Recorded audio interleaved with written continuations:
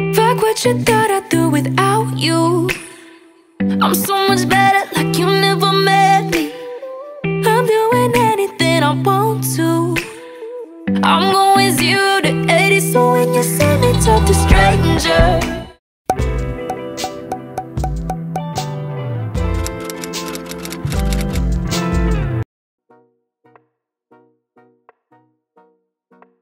Hi, xin chào mọi người. Video ngày hôm nay thì Trang sẽ xóa tổng cộng là tận 17 màu son trong dòng son Zero Velvet Tint của Roman. Nhưng mà thời gian gần đây thì hãng vừa ra mắt thêm 6 màu mới nữa để add vào thêm dòng son đó. Thì video ngày hôm nay Trang sẽ xóa tất tần tật 17 màu son cho mọi người luôn. Và cũng như là trong video thì Trang sẽ so sánh những cái màu mới và những màu cũ xem nó có trùng hay là nó có cái gì giống nhau không, để mọi người có thể tiện tham khảo và lựa chọn hơn. Bây giờ thì mình cùng vào video nha. Như thường lệ thì mình sẽ nhận xét về bao bì trước. Nhìn chung thì thiết kế của Zero Velvet Tint so với các dòng son khác của hãng có vẻ kém nổi bật hơn. Tuy nhiên với 6 màu mới thì mình thấy hãng có thay đổi, như là màu nắp và thân son sẽ giống nhau. Và với dòng Shell Nude thì nắp sẽ có màu nude cũng khá là hay ho. Ngoài ra khuyết điểm của dòng son này là đầu cọ. Mỗi lần lấy son thì đầu cọ sẽ lấy một cái lượng son rất là nhiều, và với tính chất son đặc nữa nên khi dùng thì mình phải gạt bớt son đi để dễ apply ở trên môi hơn. Kết cấu của em này là dạng son kem, xốp và mịn, khá đặc nên cần phải tán kỹ một chút khi apply để tránh hiện tượng son không đều màu và bị vón. Tuy nhiên vì đặc tính son xốp mềm nên sẽ làm mờ vân môi rất là tốt và cũng rất dễ tán khi đánh lòng môi. So sánh với Multi Velvet Tint thì em son tint trà sữa này sẽ có chất lỏng hơn một chút nên lên màu sẽ đậm, rõ và bám vào môi tốt hơn.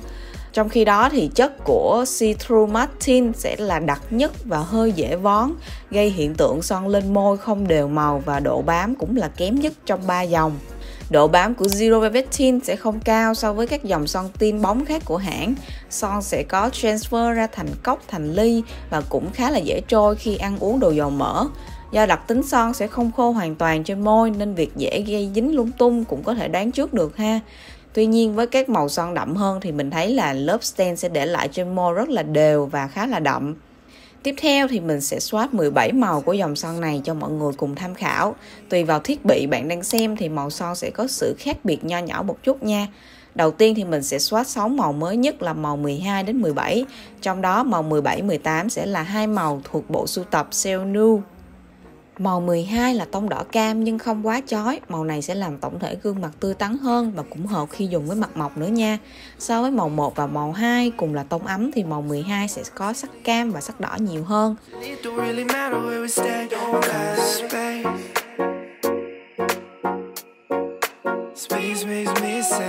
Màu 13 là màu hồng dâu, lên môi mình thì sẽ ngã tông san hô hơn một chút xíu. Trong khi màu 3 và 7 cũng là tông đỏ nhưng sẽ hợp với tông da lạnh hơn. Màu 13 thì sẽ hợp nhiều tông da khác nhau, kể cả các bạn tông da ấm.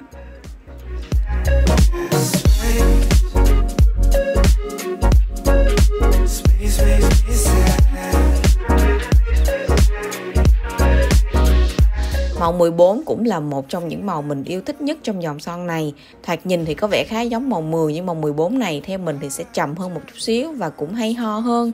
Màu 14 là tông cánh hồng khô, một tông hồng đỏ đất MLBB, không quá trầm mà rất dễ dùng, lại không bị quá nhàm chán.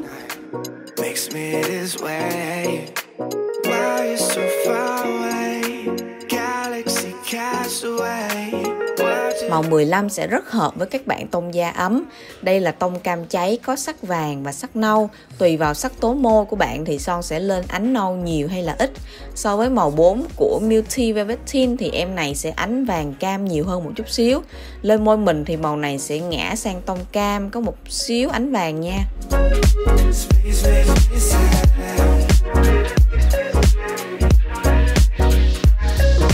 Màu nude đầu tiên là màu 16, đây là tông hồng nude nhưng có xíu ánh cam nên sẽ hợp mọi tông da.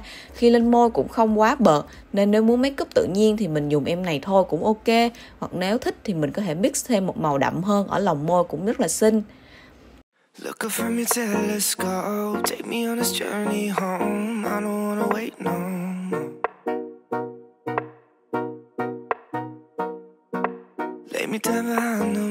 Tiếp theo là màu số 17, một tông nude cam hợp với da tông ấm và sẽ ngã cam rõ rệt hơn. Màu này thì mình cũng có thể mix với các tông son đậm hơn để tạo hiệu ứng loang màu rất là nổi bật.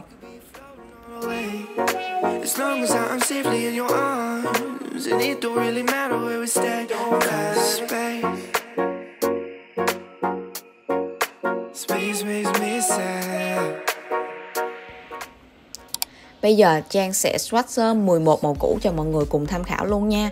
Tùy vào sắc tố môi và tông da thì son lên môi mỗi người sẽ có khác biệt đôi chút. Đầu tiên là màu 01 là màu hồng đỏ, nhưng lên môi mình thì sẽ ngã hồng hơn. Tuy nhiên màu này thì sẽ hợp nhiều tông da khác nhau.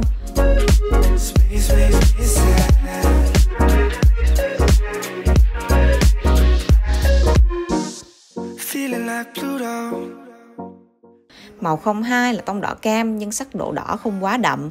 Màu này tương đối dễ dùng và là tông son MLBB hợp với các bạn tông da ấm.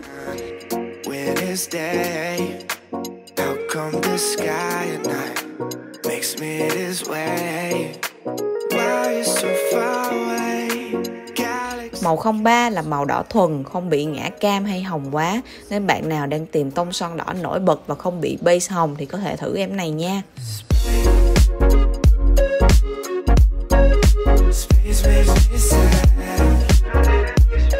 Màu 04 là một trong những màu yêu thích nhất của mình. Đây là tông hồng đất ngã tím một chút xíu. Màu này khá là trầm, nhìn lạ và rất hay ho, nên khi mình đánh full môi hay lòng môi thì cũng đều nhìn rất là đẹp.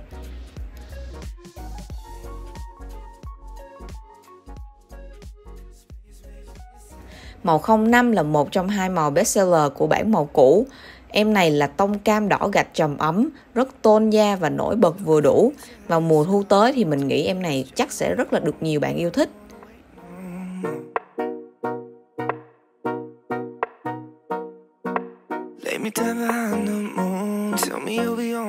Và tiếp theo màu bán chạy nhất và cũng được lùng sục nhiều nhất chính là màu 06 này đây.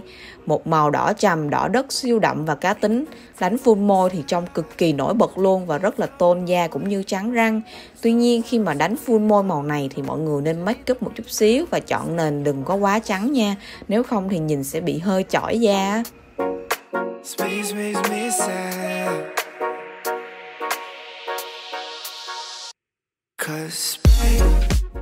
Màu tiếp theo, màu 07 là tông đỏ hồng, sẽ rất hợp với các bạn có cool undertone. Màu này khá an toàn và phổ biến nên so với các màu khác thì mình không có thích lắm.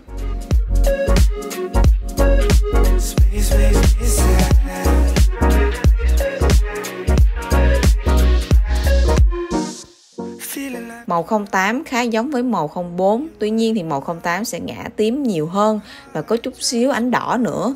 Màu này sẽ đậm hơn và nổi bật hơn so với màu 04 nha.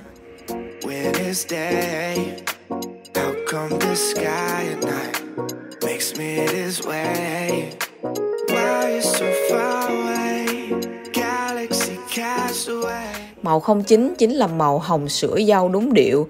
Màu này thì theo mình sẽ hơi khá kén da và cũng kiểu nó hơi ánh neon một chút xíu, nên là sẽ hợp với các bạn có tông da sáng nha.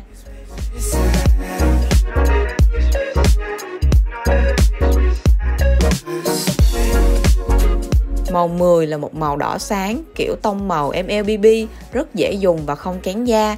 Màu này sẽ không quá đậm cũng như là không quá nhạt và rất là hợp nhiều kiểu make up khác nhau.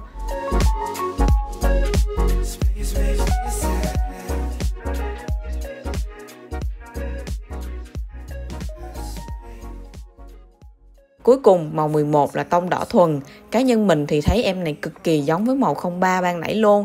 Chỉ khác một chút xíu là màu 11 sẽ ngã cam hơn một chút thôi nha.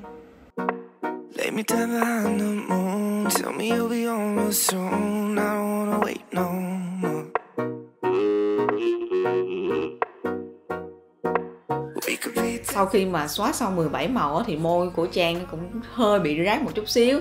Nhưng mà do đặc tính là son này nó dạng velvet đó, có nghĩa là nó dạng kem và nó hơi dạng xốp xốp một chút xíu, nên là nó bám không có quá chặt lên trên môi, nên là Trang tẩy Trang cũng khá là dễ dàng, cũng không đến nỗi quá khó tẩy như những dòng son tin trước của hãng. Và tất nhiên là dòng son Zero Velvet Tint này thì Trang thấy là với cái giá thành cũng rất là bình dân như những dòng son khác của hãng Romance là tầm giá nằm ở khoảng 100 mấy một thỏi thôi. Thì phải nói là em này thật sự là một thỏi son kiểu ngon bổ rẻ và thích hợp cho những bạn học sinh sinh viên, tại vì nó thực sự là cái bảng màu có rất là nhiều sự lựa chọn cho mình luôn á.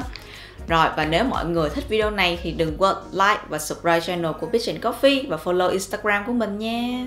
Tạm biệt. I'm hiding just behind the stars, but how come the stars don't shine?